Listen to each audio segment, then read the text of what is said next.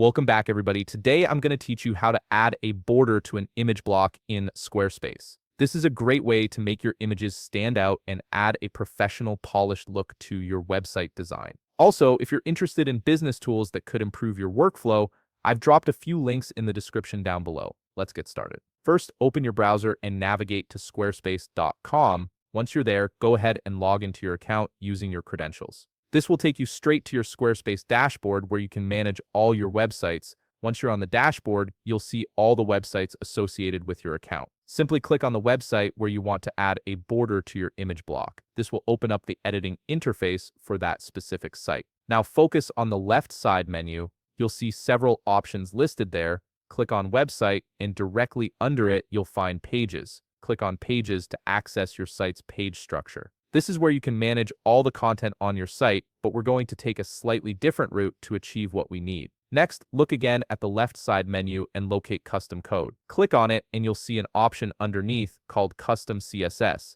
Go ahead and click on Custom CSS. This is where we'll be adding the code that creates the border around your image block. Now, before we proceed with the actual code, I want to mention something important. I'm using a browser extension called Squarespace ID Finder, which makes this process significantly easier. This extension helps you identify the specific block or section ID you need to target. I highly recommend downloading and installing it before continuing. It will save you a lot of time and guesswork. Once you've installed the extension, simply activate it. You'll notice it highlights different elements on your page. Locate your image block and click on it. The extension will automatically copy the block ID for you. Now paste this ID into the custom CSS field, and immediately after it, add opening and closing curly brackets. Inside those curly brackets, you'll add the actual border styling. Type in border : 5px space, solid space, black semicolon. This creates a 5-pixel solid black border around your image.